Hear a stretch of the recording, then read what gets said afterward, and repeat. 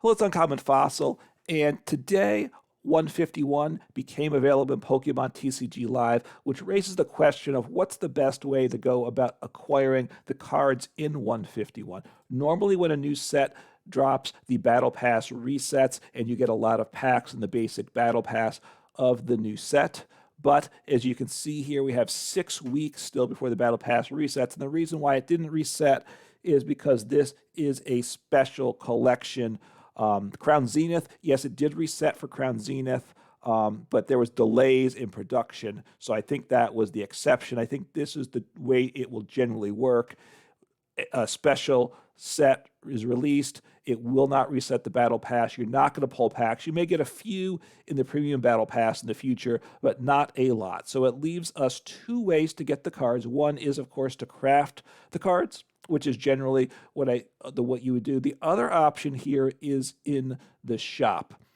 There are 2 ways to get products in the shop if we want to. And I'm going to talk about this a little bit because now normally I would say do not buy the products in the shop. It's not the best use of your crystals. You should spend your crystals generally to buy Shadow Rider League battle decks or celebration packs. That depends on how many cards from the celebrations set you own. The more cards you own from celebrations already, the better return you get off the celebrations packs. I have some videos discussing that elsewhere on my channel, and this should be in a playlist.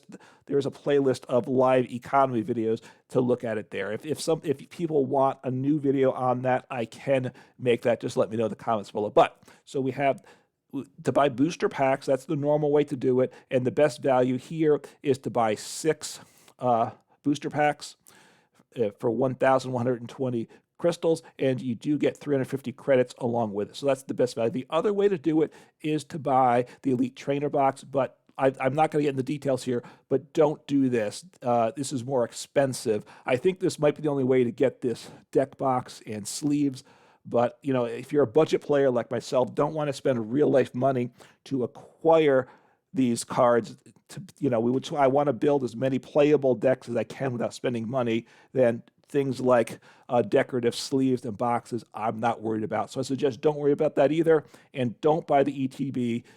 If you want to buy packs, you buy the set of 6. And like I said, normally for a set, I would say don't buy it, but because we're not getting them on the Battle Pass, it changes the math for it. So I went ahead to now what happens is when you buy the packs, try to figure out the value of the packs is complicated because each slot it could be a common or a super rare. It could be slot 2 a common or an uncommon or possibly a super rare, and then in such. And even it gets more complicated, like slot 4 is common, uncommon, or rare foil. I don't know what the odds are for those things. And slot 5 in such is the same. So I went ahead and I purchased one of the set of 6 151 booster packs for 1,120 crystals and saw what the cost would be. Now, you can, with buying the Shadow Rider decks, you can convert your 1,120 crystals into 3,718 credits. So that's kind of what I'm comparing to. Would it cost me more to craft the cards I pull from these booster packs?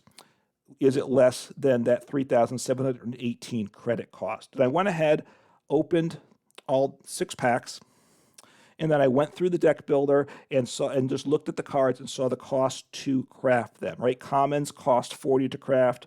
There were 15 commons, by the way, I pulled. Uncommons cost 100 to craft. I pulled 11 uncommons. And rares cost 400 to craft. I pulled 10 of those. I didn't pull any of the EX cards, unfortunately. But out of my 36 cards, 15 commons, 11 commons, 10 rares. I did pull 2. I pulled the most of any individual card I pulled was 2 copies. So no duplicates that aren't playable in a deck, right? No copies exceeding 4. And the cost to craft all of those cards individually would have been 5,700 credits, which is significantly above the 3,718 that, in a sense, I've spent to buy these packs.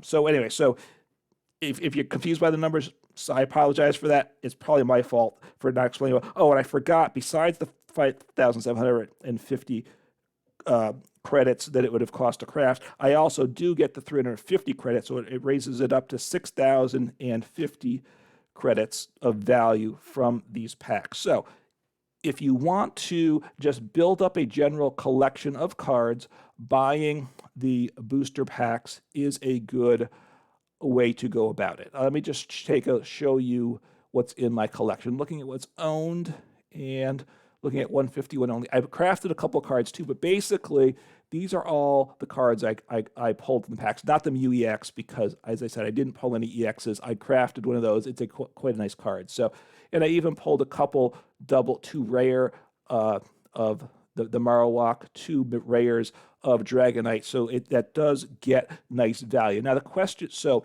in terms of value, it's worth buying the packs up until you start to get close to 4 of a number of your cards. So I might go ahead and buy a couple more of these 6 sets of the packs.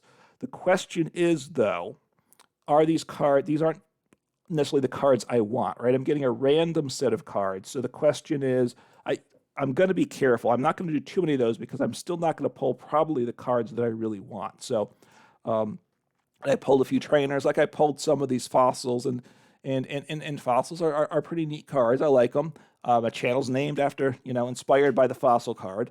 And, but again, they're not the strongest decks, right, that they make. So again, how much of these is it really of value to me? So that's one of the questions. Am I trying to build just a big set of cards, which is obviously a nice thing to have, or am I trying to have a targeted collection, right? The more you want a targeted collection, the less value there is in buying these booster packs.